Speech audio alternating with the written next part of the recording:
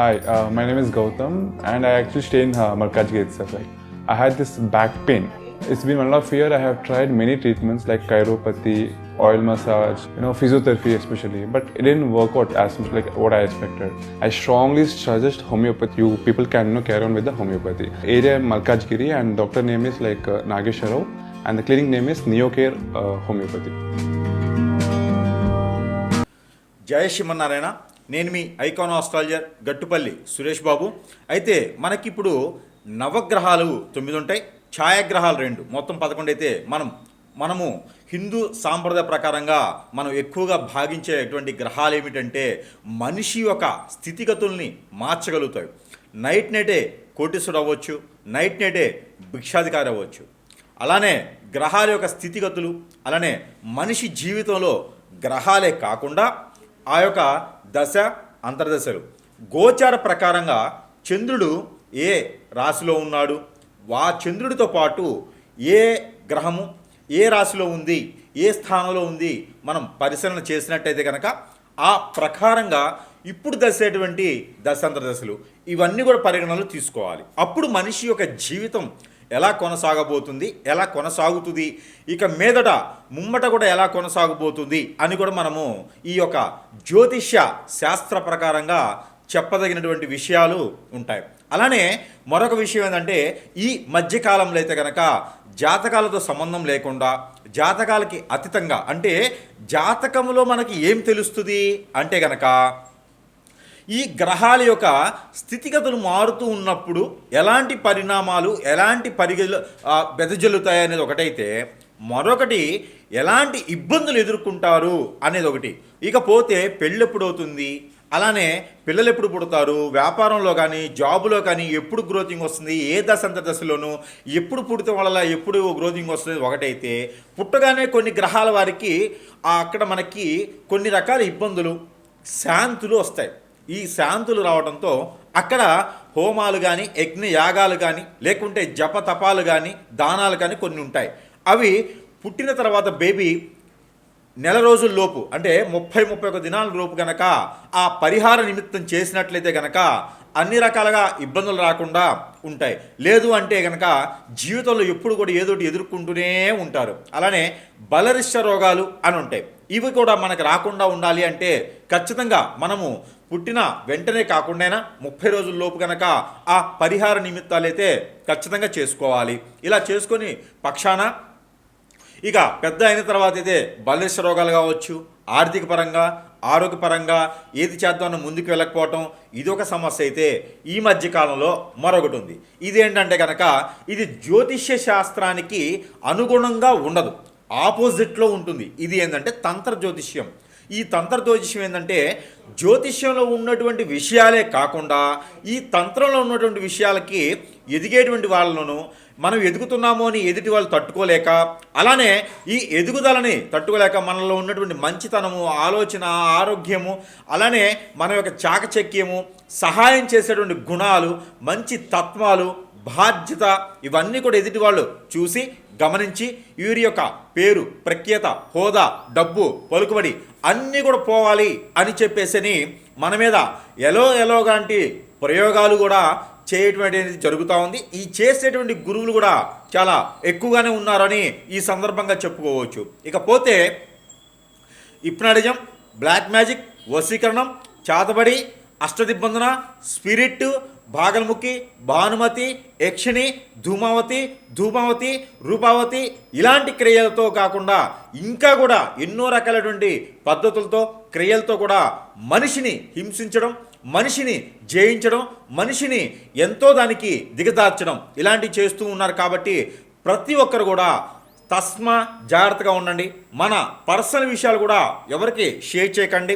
అలానే కనుక ఇప్పుడు ద్వాదశ రాశుల్లో ఇవన్నీ కాకుండా మనకి రాశి పరంగా మనం చూసినట్టయితే కనుక ఎవరిలైనా నేను చెప్పినట్టు జరగలేదు అంటే కనుక వారు గమనించుకోవాలి. ఖచ్చితంగా ఏదో జరుగుతుంది, ఎవరో నా ఒక జీవితాన్ని నాశనం చేస్తున్నారు, ఎవరో నన్ను పట్టి లాగేస్తున్నారు, ఎవరి వలన ఇలా అయిపోతుంది అని మాత్రం గమనించుకొని సమీప దూరంలో ఉన్నటువంటి గురువు గారికి సంప్రదించినట్టయితే మీ యొక్క పరిష్కార మార్గం చూడపబడుతుంది. కాబట్టి ఆ విధమైన ప్రయత్నం చేయండి. ఇకపోతే గ్రహాల యొక్క స్థితిగతులు గ్రహాలు ఏ స్థానంలో ఇప్పుడు ఉండటం వలన ఏ రాశి వారికి ఎలా ఉండబోతుంది అనేది ఇది కేవలం గ్రహాల యొక్క స్థితిగతులకి మాత్రమే చూడొచ్చు.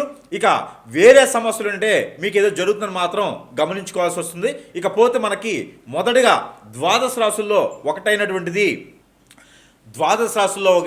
మకర రాశి. ఈ మకర రాశి వారి గురించి ఆలోచించి చేసినట్టే కనుక ఆల్రెడీ శని భగవానుడి యొక్క అశుభ దృష్టి ఉంది. దీంతోపాటు నక్షత్రం మారిపోతున్నాడు జనవరి 10వ తారీఖున శని భగవానుడు. దీంతోపాటు ఇంకొంచెం ఇబ్బంది కలిగేటటువంటి అవకాశాలు ఉన్నాయి. అవి ఎట్లాగా అంటారా? మీ పిల్లలకి ఎవరికైనా పెళ్లి చేస్తారా? పెళ్లి చేస్తే అక్కడ ఏదైనా సమస్య వచ్చి మళ్ళీ మీ ఇంటికి వస్తారు. ఎవరికైనా పెళ్లి చేయాలనుకుంటున్నారా? ఖచ్చితంగా వద్దు. మీరు మే మాసం వరకు కూడా పెళ్లి విషయాలే ఎత్తకండి. ఏదైనా శుభకార్యాలు అయితే చేసుకోండి, కానీ పెళ్ళిళ్ళు మాత్రం వాటి జోలు వెళ్ళకండి. ఎవరికైనా పెళ్లి కావాలనుకుంటున్నారా?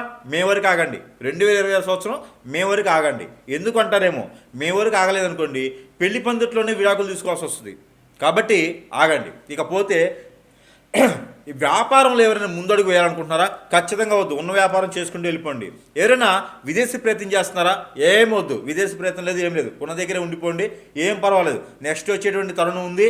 మే తర్వాత అద్భుతమైనటువంటి అవకాశాలు మీకు వస్తాయి. దీనికి తగ్గటువంటి మంచి జాబులు అయితే మీకు అందుబాటులోకి వస్తాయి. శని భగవానుడు కొంచెం మీకు శాంతింపగలగాలి. చివరిలో మనం పరిహారం కూడా చెప్పుకుందాం. దాంతోపాటు మకర రాశి వారికి మరొక ఇబ్బంది, మీకు ఏదైనా ఫైల్స్ ఉన్నాయా? మీకు ఏదైనా ఇబ్బంది, బ్లడ్కి సంబంధించినటువంటి ఇబ్బందులు ఉన్నాయా? ఖచ్చితంగా మకర రాశి వాళ్ళు కనిపిస్తూ ఉన్నాయి. ఎందుకంటే శని భగవానుడు మీకు మంచి చూపు లేదు మీ మీద. అది మీకు ఒక్కడో చూపుతూ ఉన్నాడు శని భగవానుడు. అలానే కుజుడు కూడా మీకు వేరేలా చూస్తూ ఉన్నాడు. 2వ స్థానంలో ఉన్నాడు కదా. అన్నదమ్ముల మధ్య తగాదాలు కావటం. మంచి కార్ డ్రైవర్ ఉంటారు కనుక కార్ డ్రైవింగ్ చేయకండి అయ్యా. మీ కార్ డ్రైవింగ్ చేస్తే ఆ ఫ్లైట్లు బస్సులు పోయినట్టుగానే ఖచ్చితంగా ఈ రాశి వారు కనుక కార్ డ్రైవింగ్ చేస్తే వెనక్కి కూర్చున్న వాళ్ళందరూ కూడా ఇబ్బంది పడుతుంటారు. కాబట్టి అలాంటి డ్రైవింగ్ చేయకండి. మీరు ఏదైనా డ్రైవర్ జాబ్ ఉందంటే కనుక అది మానేసి మీరు ఏదైనా జాబ్ చేసుకోండి. లేకపోతే మీతో పాటు అందరూ ఇబ్బంది పడాల్సి వస్తుంది. ఇక దీంతోపాటు ఎందుకంటే కొన్ని రోజులు తప్పదు, లేదంటే మనము ఒక బాధ్యత ప్రకారంగా ఉంటాం. కాబట్టి దానికి తగ్గట్టుగా ఏదైనా పరిహారం చేసుకోవాలి. లేదు అంటే కనుక ఇంట్లో పిల్లలు పెద్దవాళ్ళు చాలామంది ఉంటారు మీ మీద ఆధారపడి. వారందరూ కూడా ఇబ్బంది పడకూడదు కదా. అందుకని ప్రయాణాలు చేసేవారు కానీ, ప్రయాణాలు చేయించేవారు కానీ, ట్రావెల్స్ రంగంలో కానీ, డ్రైవర్గా కానీ ఎవరైనా ఉన్నారు అంటే కనుక ఖచ్చితంగా రంగాల్లో వద్దు, మానుకోండి. ఏదైనా అత్యవసర పరిస్థితి ఉంటే డ్రైవర్ని పెట్టుకొని వెళ్ళండి. అంతేగాని మీరు సొంత డ్రైవింగ్ అలాంటివి ఏంటైతే ఇది ఎలక్ట్రిక్ వెహికల్, ఇది పెట్రోల్ వెహికల్, ఇది డీజిల్ వెహికల్ అనేది ఏం పెట్టుకోకండి. ప్రయాణాలు అయితే అసలు చేయొద్దు మకర రాశి వారు. ఇకపోతే ఆరోగ్య సమస్యలు ఎలాంటివి ఉంటాయంటే కనుక గుండె దడగా ఉండడం, భయం వేయటం, మనకే అర్థం కావటం ఏదో జరిగిపోతుంది అనుకోవటం. నేను అసలు ముందుకు వెళ్ళగలుగుతానా? నేను ఇది సాధించగలుగుతానా? నేను చేయగలుగుతానా? నాకు స్ట్రెస్ ఉండటం, ఒకరి మీద ఆధారపడటం లాంటివి ఉంటాయి. కాబట్టి మీకు మీరుగా ధైర్యం తెచ్చుకోవాలి. మీకు మీరుగా ఎవరి మీద ఆధారపడకూడదు. అందరూ మీకోసం ఎదురు చూస్తూ ఉంటారు, అయితే మీరు ఇంకోటి కోసం ఎదురు చూడటం ఏంటి? అలాంటి ఏం పెట్టుకోకండి. కాబట్టి మకర రాశి అనగానే ఉచ్చలో ఉన్నటువంటి రాశి. మకర రాశి అనగానే మంచి దేవాది దేవుళ్ళు కూడా జన్మించినటువంటి రాశి. కాబట్టి అన్నీ కూడా బాగుండాలి. కాబట్టి ఒక మకర రాశి వారి చిన్న పరిహారం. అలానే ఇక ఇవన్నీ కాకుండా ఇలా ఉంది నా రాశి పరిస్థితి, మరి దీని తగ్గట్టుగా ఇంకోటి కనుక ఏదైనా గ్రహరీత్యా ఇంకేమైనా బాగాలేదంటే కనుక శని భగవానుడు బాలే, బుధుడు బాలే, శుక్రుడు బాలే, మకర రాశి వారికి ఇవన్నీ బాలేదు. కాబట్టి నేను ఏదైతే వద్దున్నానో అది చేయకండి. ఇంకా బాధిస్తున్నారంటే మీ మీద చెడు ప్రక్రియ కూడా జరిగి ఉండొచ్చు. ఎక్కడైనా సమీప దూరంలో గురుగారిని సంపాదిస్తే భార్య మాత్రం మధ్య ఎడబాటు కానీ, ఎందుకు చదువుకోలేకపోతున్నాను, అసలు ఏమవుతుందో నాకే ఎందుకు ఇలా అవుతుంది అనే దానికి పరిష్కార మార్గం అయితే ఖచ్చితంగా దొరుకుతుంది. కాబట్టి ప్రతి ఒక్కరు కూడా సమీపంలో ఉన్నటువంటి గురుగారిని సంపాదిస్తే మీకున్నటువంటి అవనమ్మకాలు నమ్మకంగా మార్చేందుకు అవకాశాలు కనిపిస్తున్నాయి. ఇక దీంతో పాటు పరిహారం కిందకు వస్తే కనుక మీరు ఏదైనా సరే చెడు వ్యసనం ఉంటే అది సిగరెట్ అయినా, బీడీ అయినా, చుట్టైనా, మందైనా ఇలాంటి చెడు వ్యసనాలు మీకు ఏమైనా ఉంటే అవి మానేస్తే కనుక ఖచ్చితంగా మీకున్నటువంటి ఇబ్బందుల నుంచి వైదొలుగుతారు. ఇకపోతే డ్రగ్స్, గంజాయి, ఇంకా అమ్మాయిలు, అబ్బాయిలు ఇలాంటి బెట్టింగ్ లాంటివి ఏమైనా ఉన్నాయా? ఖచ్చితంగా మానేసుకోండి. ఇకపోతే సమీప దూరంలో మీకు వాగు, చెరువు, కుంట, ఏరు, సెలయేరు, బ్రహ్మగుండం ఇలాంటివి ఏమైనా ఉన్నాయా? ఖచ్చితంగా స్నానం ఆచరించండి. మీకు అన్నీ మంచి జరుగుతాయి. అక్కడ వెళ్ళేటప్పుడు అక్కడ ఒడ్డు మీద ఉండేటువంటి మట్టి కానీ ఇసుకని తీసుకొని మీతో పాటు స్నానానికి వదిలేయండి. లోపల నుంచి తీసుకొచ్చి బయట వేయండి. ఇలాంటి స్నానం చేస్తే మీకు పితృదోషాలు పోతాయి, ఆర్థిక సమస్యలు, ఆరోగ్య సమస్యలు కూడా మెరుగవుతాయి, అందరూ మీకు దగ్గర అవుతారు. కాబట్టి ఇలాంటి పరిహారం ఒకటి చేయండి. ఇక మీ సమీప దూరంలో ఎక్కడ నాగపడిగలు కానీ, సుబ్రహ్మణ్య స్వామి ఆలయం కానీ ఉంటే కనుక ఒక చెంబులో నీళ్లు తీసుకోండి. ఆ నీళ్లు ఏ చెమ్మైన పర్ల, ఏ లోహమైన పర్ల నీళ్లు తీసుకొని దాంట్లో పన్నీరు, కుంకుమ పువ్వు, పటిక, పట్టిక బెల్లం ఉంటుంది కదా, కండ చక్కెర అంటారు, అది కానీ లేదా బెల్లం కానీ తేనె కానీ వేసేసి దాంట్లో రేగి పొళ్ళ చూర్ణం వేసేసి అభిషేక చేయండి. అక్కడ చేస్తే కనుక మీకున్నటువంటి వ్యసనం, రంది, కుళ్ళు, కుతంత్రం మీ మీద ఎవరు చూపించినా కూడా అది పోతుంది. మీ మీద ఎవరైనా సరే చెడు దృష్టితో ఉంటే కూడా వాళ్ళకి ఆ కళ్ళు అనేది వెళ్ళిపోతాయి. కాబట్టి అలానే ప్రయత్నం చేస్తే కనుక ఖచ్చితంగా మీ మీద చెడు దృష్టి కూడా పోతుంది. కాబట్టి అలానే ప్రయత్నం చేస్తే అదృష్టవంతులు అవ్వండి ఈ యొక్క రాశి వారు.